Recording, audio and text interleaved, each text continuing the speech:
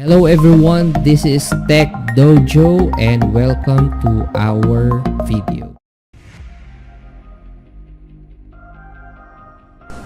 Okay, in this video, we're going to demonstrate to you how to enable remote desktop sa server and sa client. Okay, so another thing kasi is you're going to remote access your client computer from the server. Okay, so paano po natin gagawin yun? Okay, so una po, ganito po gagawin natin. Sa client computer po natin, okay, so gagawin po natin, so Windows key plus E. Okay, so lalabas po itong File Explorer. Right click nyo po yung this PC, tapos click nyo po yung Properties. Okay, so wait po natin. And then, hanapin po natin, scroll po natin sa baba, no, yung Advanced System Settings po natin, no. Tapos, magtatanong po yan ng user account ng server. Okay, so syempre, yung default po na user account ng server is yung administrator. Tapos, yung password po na ginamit po ninyo sa server. Okay. So, antayin po natin siya mag-load.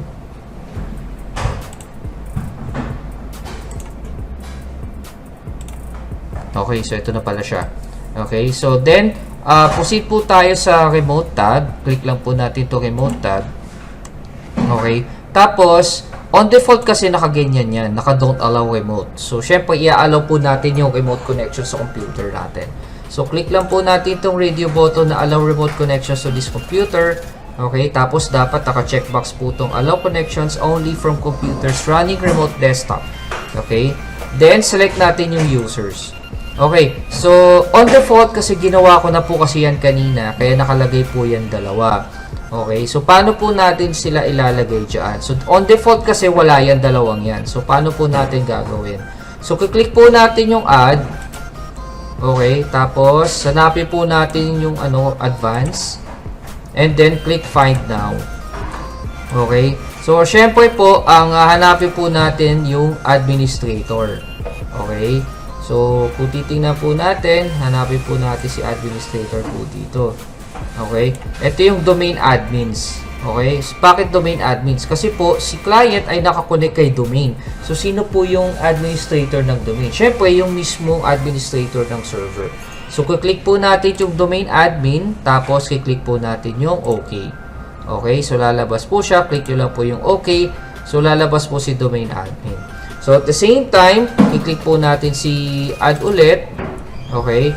Then, ang susunod po natin, para makasigurado po tayo, i-type na po natin yung pinakapangalan po ng administrator. So, networking, yung pangalan po ng domain. Then, yung administrator.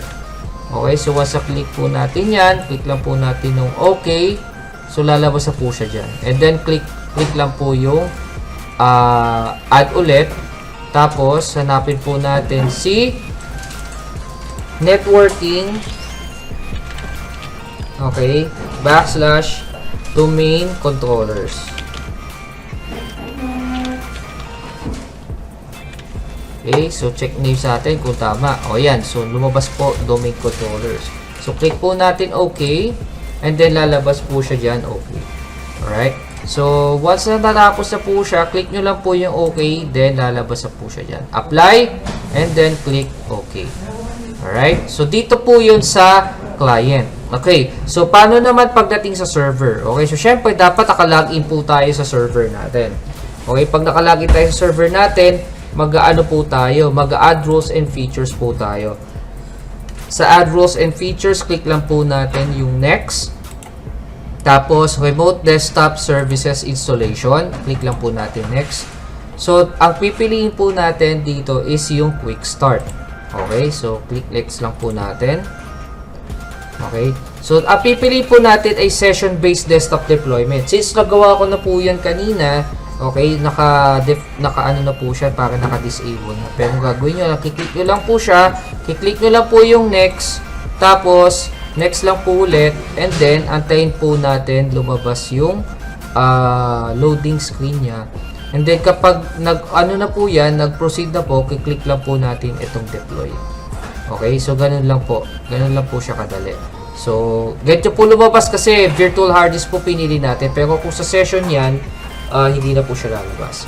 Okay, so once tapos na po siya, mag-install, ang gagawin naman po natin is pupasok naman po tayo sa remote desktop dito ng server natin.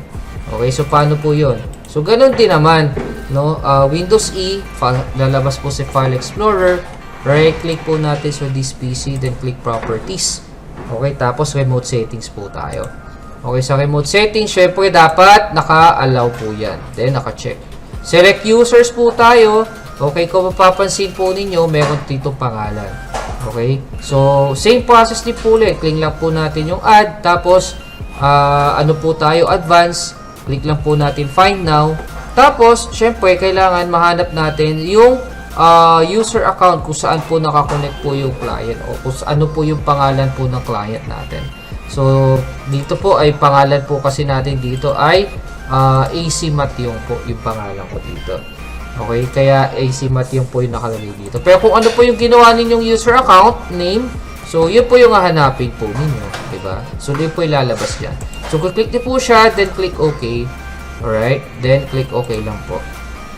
Okay, so pag na-click nyo na po yung OK na yan, lalabas na po siya dito. Okay, may error po lumabas kasi meron na po tayong na-type po na na pangalan. Okay, so click lang po natin close. Then click lang po natin cancel. Okay, and then same procedure din po. Click add, advance, tapos find now. Okay, tapos syempre ang hanapin naman natin domain code, domain users, diba?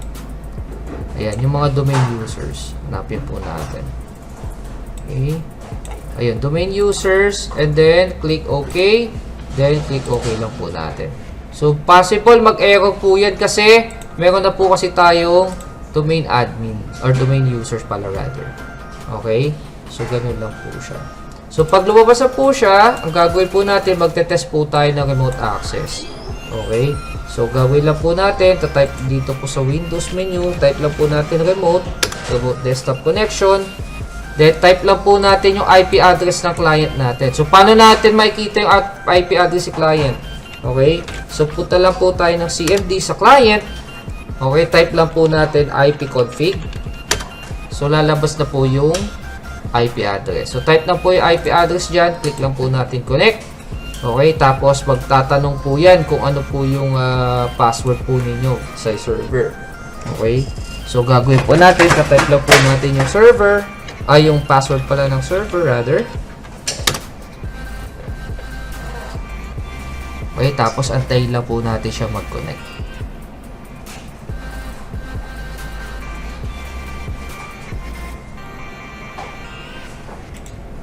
Okay, tapos pag tapos na po yung loading po niya, lalabas po to remote desktop connection, no?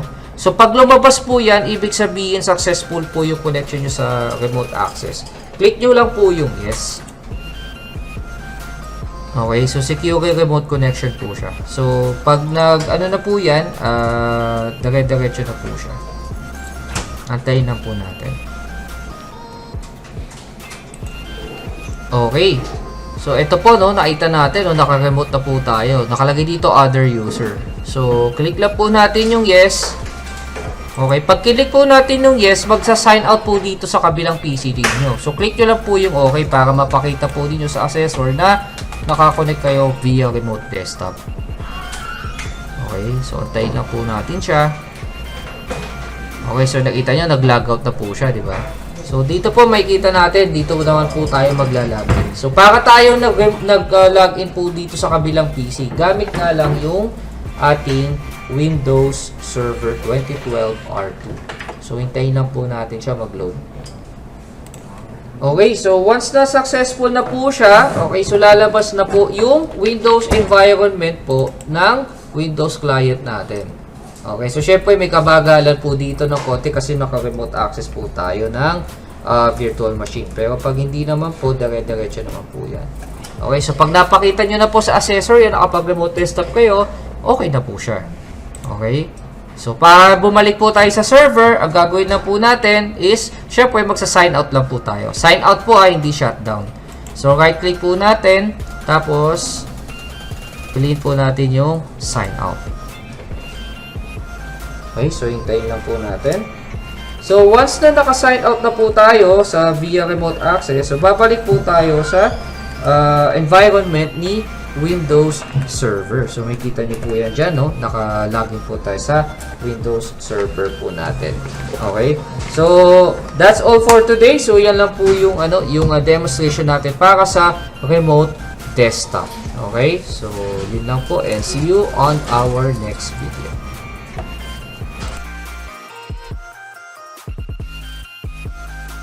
If may mga topics po kayo na gustong malaman po at mapag-aralan, please type it in our comment box upang gawan po natin yan ng ating video. Don't forget to like our video, click the subscribe button at notification bell para makareceive kayo ng updates sa ating mga upcoming video. That's all for now and see you in our next video.